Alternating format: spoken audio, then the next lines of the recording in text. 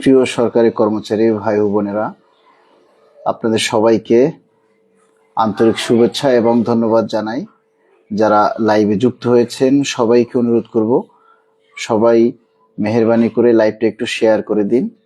কিছু জরুরি নির্দেশনা দিব আপনাদেরকে, সেগুলি মেনে চলা আপনাদের জন্য খুবই জরুরি। দয়া করে সবাই একটু লাইভটা শেয়ার করে দিবেন। প্রিয় বন্ধুরা, আপনারা জানেন যে আমাদের যে প্রাণের দাবি নবম পে স্কেল এর প্রজ্ঞাপন জারি এবং বাস্তবায়নের লক্ষ্যে আগামীকাল সারা বাংলাদেশ থেকে আপনারা ঢাকায় আসছেন। আমরা আমাদের যে দাবি, আমাদের মূল উদ্দেশ্য হচ্ছে আমাদের দাবি বাস্তবায়ন করা, এবং সেই দাবি বাস্তবায়ন করতে গিয়ে এমন কোনো কাজ কেউ করবেন না যাতে বাস্তবায়ন তো দূরের কথা, উল্টো আরো নিজেদেরকে হেনস্থার শিকার হতে হয়। এই কাজগুলি দয়া করে আপনারা কেউ করবেন না। কিছু উচ্ছৃঙ্খল মানুষ আছে যারা হুমার মতো আপনারা যে এক একটা কাজ করে, আজকে দেখলাম যে আগারগাঁও একজন কর্মচারীকে দেখলাম অযথাই চিল্লাচিল্লি করছে, নিজের ঔদ্ধত্য দেখাচ্ছে। এই সমস্ত মানুষগুলাই একটা ঝগড়া বাঁধাবে, আর সেটার জন্য সবাই তার সাফার হবে। সুতরাং আপনারা একটা জিনিস খেয়াল করবেন, আপনার পাশের ভাই কেউ যদি এভাবে উত্তেজিত হয় বা চিন্তা করেন যে দেখেন যে সে একটা ঝামেলা করার চেষ্টা করতেছে, তাকে থামানোর জন্য আপনারা সবাই চেষ্টা করবেন, তাকে থামাবেন। সবসময় একটা কথা মনে রাখবেন, পে স্কেল একটা জাতীয় ইস্যু। এটা যেমন একজন কর্মচারীর তেমনি একজন কর্মকর্তার। এটা যেরকম আমাদের সাধারণ মানুষের, তেমনি এটা যত বাহিনীর সদস্য আছে, পুলিশ, সেনাবাহিনী, নৌবাহিনী, বিমান বাহিনী, গোয়েন্দা সংস্থা থেকে শুরু করে যারা আছেন, বিজিবি, র্যাব, সকলের দাবি, এমপি, মন্ত্রী, মিনিস্টার, সচিব, আমলা যারা আছেন সকলের দাবি এই পে স্কেল বাস্তবায়ন হলে 1 থেকে 20তম গ্রেড এবং সশস্ত্র বাহিনীতে যারা আছেন সকলেই প্রাপ্ত হবেন। তাহলে এই দাবি বাস্তবায়ন করতে আপনাকে যান জীবন দিতে হবে এর কোনো মানে নেই। বিষয়টা খেয়াল রাখবেন। আমাদের এই যে সারা দেশ থেকে এত লক্ষ লক্ষ মানুষ ঢাকায় আসবে, এই মানুষগুলোকে নিয়ন্ত্রণ করা খুব কঠিন হবে। তাই আপনারা নিজেরা যদি নিজেদেরকে নিয়ন্ত্রণ না করেন, তাহলে সত্যি আপনাদেরকে কেউ নিয়ন্ত্রণ করতে পারবে না। এবং দেখা গেছে যে কোনো একজনের কারণে বা যে কোনো 5 জনের কারণে আমাদের পুরো প্রোগ্রামটা পণ্ড হয়ে যেতে পারে। তাই আপনি আপনার আশেপাশে যারা থাকবে তাদের সবার প্রতি খেয়াল রাখুন, কাউকে সেই রকমের কোনো কাজ করতে দেয়া যাবে না। একটা কথা মনে রাখবেন, আমাদের সামনে অনেক পুলিশ ভাইরা থাকবে, অনেক সেনাবাহিনীর ভাইরা থাকবে, আমাদের মধ্যেই গোয়েন্দা সংস্থার অনেক ভাই থাকবে সিভিল ড্রেসে, আপনি তাকে চিনবেন না। সুতরাং আপনি না চিনে যদি কারো সাথে আপনি উস্কানিমূলক কথা বলেন বা আপনি ঝগড়া বাঁধান, তর্ক বাঁধান, তাহলে আপনিই বিপদে পড়বেন এবং আপনার সাথে আরো 10 ভাই বিপদে পড়বে। সুতরাং এই কাজটা কাউকে করতে দেয়া যাবে না। কথাগুলি সবাই একটু মন দিয়ে শুনবেন, সবাই একটু লাইভটা শেয়ার করেন, এটা খুব জরুরি কথা। সবাই মনে রাখবেন যে আমাদের নিরাপত্তার জন্য, রাষ্ট্রের নিরাপত্তার জন্য বিভিন্ন বাহিনীর লোক থাকবে, কিন্তু থাকলেও তারাও চাইবে পে স্কেল যাতে বাস্তবায়ন হয়, তারা আমাদেরকে সহায়তা করবে। কখনো পুলিশ বা বাহিনীর সদস্যরা যতটুকু আমাদেরকে সীমানা দিবে আমরা তাদেরকে অতিক্রম করে যাওয়ার চেষ্টা করব না। আমরা আমাদের মূল উদ্দেশ্য হচ্ছে জমায়েত হওয়া, এবং সেটা অবশ্যই শান্তিপূর্ণ হতে হবে। আমরা জমায়েত হব। আমরা আমাদেরকে যদি পুলিশ সদস্যরা যেখানে বলে যে ভাই এর বাইরে আর যাওয়া যাবে না, আমরা কেউ ধাক্কাধাক্কি করে আমরা সামনে যাওয়ার চেষ্টা কেউ করব না। একটা কথা মনে রাখবেন, পুলিশ কোনো ভাই বা কোনো বাহিনীর সদস্য যদি আপনাকে আঘাত করে, আপনি সহ্য করবেন, কিন্তু আপনি পাল্টা আঘাত করতে যাবেন না। আপনাকে যদি কেউ আঘাত করে, আপনি আঘাত সহ্য করবেন, কেননা আপনার পে স্কেল দরকার, আপনার দাবি বাস্তবায়ন করা দরকার। আমরা ওইখানে কেউ পাল্টা আঘাত করার জন্য যাচ্ছি না। পুলিশ ভাইরা আমাদের বন্ধু, আমাদেরই ভাই, আমাদেরই বড় ভাই, আমাদেরই ছোট ভাই। পুলিশ ভাই, ডিফেন্সের সদস্য যারা থাকবে, তারাও চাইবে এই সমাবেশটা বা এই কর্মসূচিটা যাতে সফলভাবে সম্পন্ন হয়, এবং সেখানে শৃঙ্খলা, ডিসিপ্লিন এগুলি রক্ষা করা হচ্ছে সবচাইতে বড় কথা। কারণ কি, 2-4-5 জন মানুষকে শৃঙ্খলা দিয়ে আটকানো যায়, কিন্তু 2-4-5 লক্ষ মানুষকে আটকানো যায় না। তাই আপনি যদি বেপরোয়া হন, তাহলে আপনার কারণে যদি আমাদের ক্ষতি হয়, তাহলে আপনাকে কিন্তু কেউ ছাড় দিবে না, এ কথাটা মনে রাখবেন। আপনারা কেউ যদি বিশৃঙ্খলা করার চেষ্টা করেন, প্রয়োজনে আমাদের লোক আপনাদেরকে আইনের হাতে তুলে দিবে। কারণ আপনার জন্য আমাদের এই যে কার্যক্রম নষ্ট হবে, বিনষ্ট হবে, সেটা কিন্তু আমরা হতে দিব না। আমাদের অনেক লোক থাকবে, ভলান্টিয়ার হিসেবে থাকবে। আপনাদেরকে আমার মোট কথা হচ্ছে যে ভাই, আপনাদের কাছে করজোর অনুরোধ, আপনারা দাবি আদায় করতে আসতেছেন, ঝগড়া করতে নয়, মারামারি করতে নয়, কারোর সাথে ঝগড়া বিবাদ করতে নয়। আপনি নিজে মার খাবেন, কিন্তু কারো গায়ে হাত তুলবেন না, এটা আপনাদের কাছে অনুরোধ।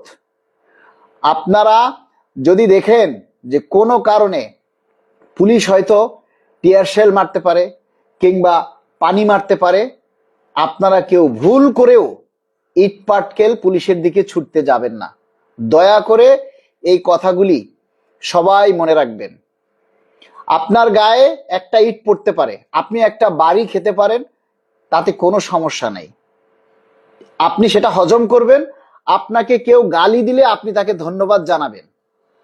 আপনাকে এতটা বিনয়ী হতে হবে, তাহলেই আমাদের এই দাবিটা আদায় করা সম্ভব হবে এবং এই কর্মসূচি সফল হবে।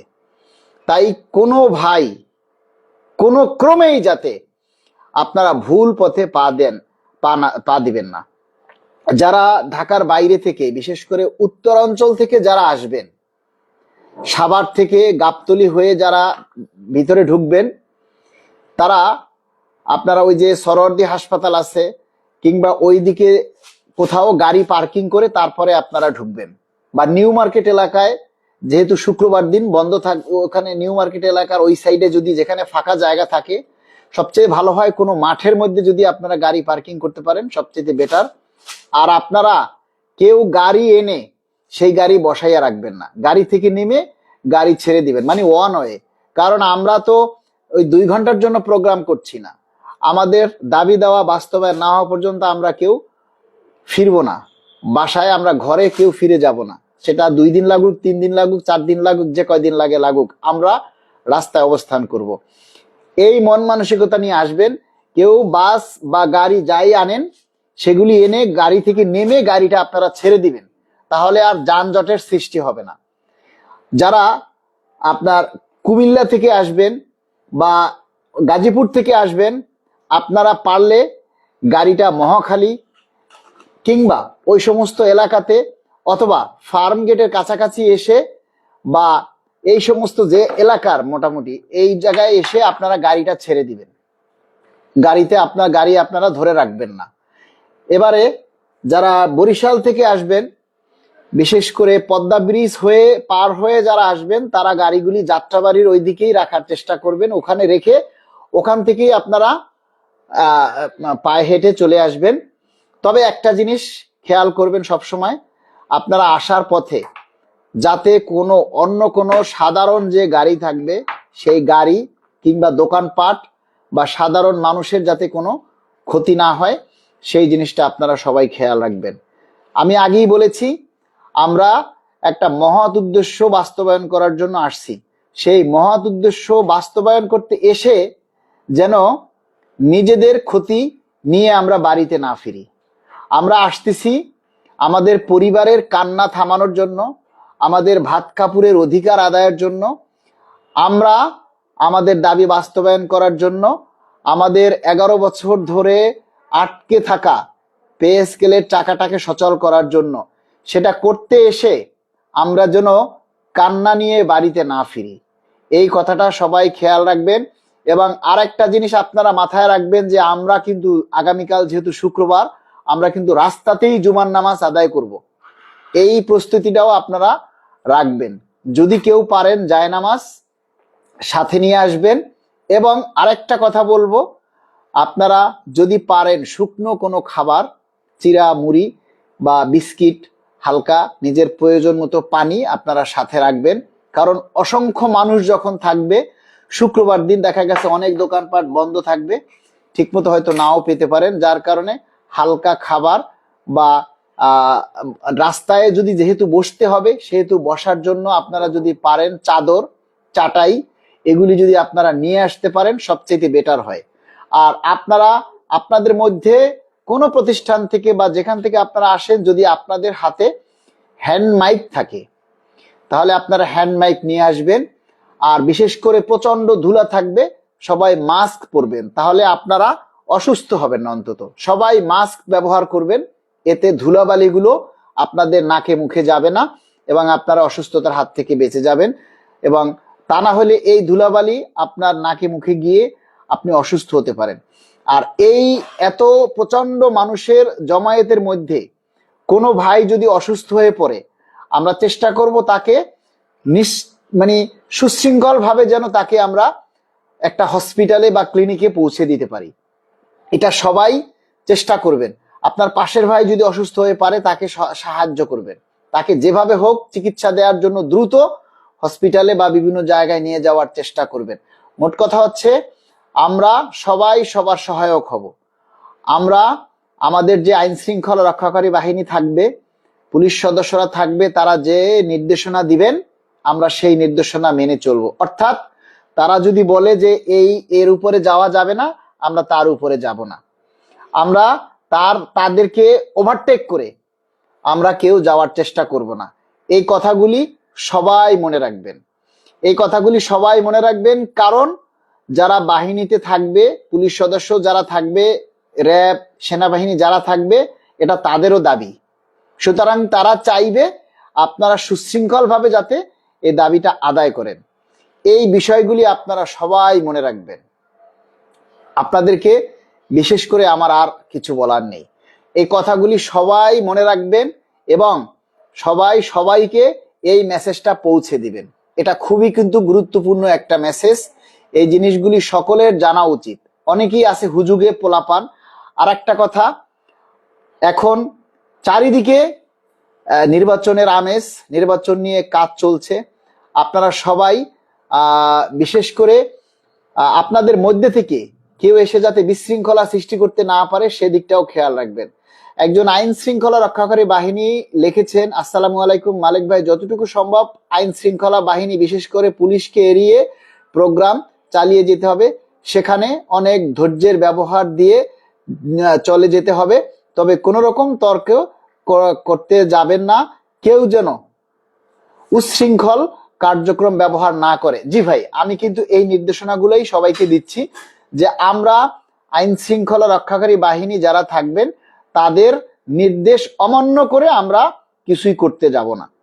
আমরা তাদেরকে ওভারটেক করে কোনো কিছুই করতে যাব না। তারাও চাইবে আমাদের দাবিটা যাতে বাস্তবায়ন হয়। সকল পুলিশ সদস্য চাইবে পে স্কেলটা যাতে বাস্তবায়ন হয়। সকল সেনাবাহিনীর সদস্যরা চাইবে পে স্কেলটা যাতে বাস্তবায়ন হয়।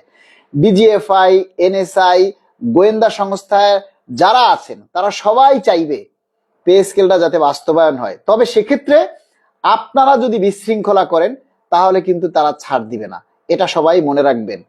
কারণ রাষ্ট্র রক্ষার জন্য তারা যে কোনো কিছু করবে। তাই রাষ্ট্রের যাতে ক্ষতি না হয়, আইন শৃঙ্খলা যাতে অবনতি না হয়, সেই দিকটা আপনারা সবাই খেয়াল রাখবেন। কারণ কি, আপনার যারা নেতৃত্ব দিবে তারা কিন্তু সমস্ত মানুষের সাথে থাকতে পারবে না। তারা যেখানেই থাকুক তারা কিন্তু আপনাকে দেখবে না, আর আপনিও তাদের কাছে পৌঁছাতে পারবেন না। তাই আপনি যেখানে থাকবেন সেখানে আপনি শীর্ষ নেতা, আপনাকেই সেই নির্দেশনা দিয়ে আপনার এই প্রোগ্রামকে সফল করতে হবে। তবে আপনি এমন কোনো নির্দেশনা দিবেন না যে মার, পিটা, এই রকমের নির্দেশনা খবরদার কেউ দিবেন না। কেউ যদি এরকম নির্দেশনা দেয় তারে পিটাবেন। আমি একটা কথাই আপনাদেরকে বলেছি, কোন আইন শৃঙ্খলা বাহিনী যদি আপনার গায়ে হাত তুলে আপনি মার খাবেন, কিন্তু পাল্টা আক্রমণ আপনি করতে যাবেন না, তাহলেই আপনার দাবি বাস্তবায়ন হবে। নচেত আপনি কিন্তু দাবি নিয়ে ফিরতে পারবেন না। এই বিষয়টা সবাইকে মাথায় রাখতে হবে।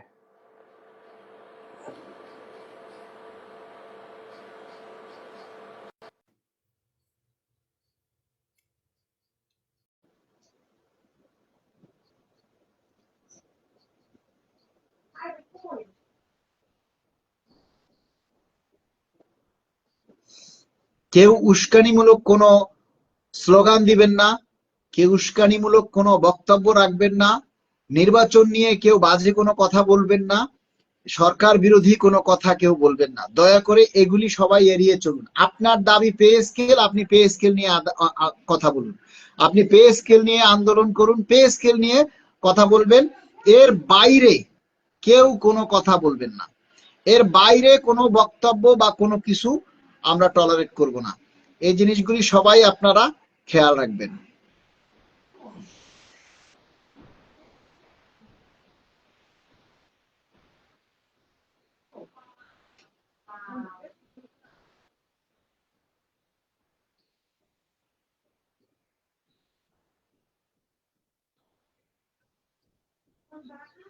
আমরা যদি শান্তি শৃঙ্খলা রক্ষা করে ভদ্রভাবে আমাদের এই প্রোগ্রাম সফল করতে পারি, আমাদের এই প্রোগ্রাম আমরা বাস্তবায়ন করতে পারি, তাহলে ইনশাআল্লাহ আমাদের এই দাবি বাস্তবায়ন হবে এবং আমরা গেজেট নিয়ে ফিরতে পারি।